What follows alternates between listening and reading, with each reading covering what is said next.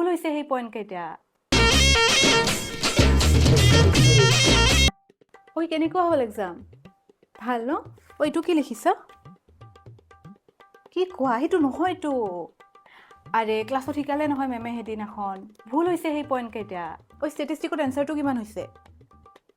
5.65 ন মোৰো সেইটো হৈছে কিন্তু মেথড কোনটো ইউজ কৰিছা এইটো সেইটো নহয়তো মেথডটো সেইটোতো শ্বৰ্ট মেথড হয় আমাক লং মেথডহে ইউজ কৰিব দিছে 10 মাৰ্কছ আছিল নহয় সেইটোত কেনেকৈ শ্বৰ্ট ফৰ্মত সেইটো দিব ভুল হৈছে গল যা তোৰ 10 মাৰ্কছ তহঁতে এইটো ডেফিনেশ্যনটোতো লিখিছা না কোনটো মলেৰ ময়ো লিখিছোঁ হৈছে কমা আৰু ঊৰ্ধ্ব কমাটো দিছে ইনভাৰ্টেড কমা দিয়া নাই ন এইটো যদি ডেফিনেশ্যনত আমি ঊৰ্ধ্ব কমাই নিদিওঁ তেন্তে কেনেকৈ সেইটো শুদ্ধ যাব কাটিব তাতে চাবি 1 মাৰ্ক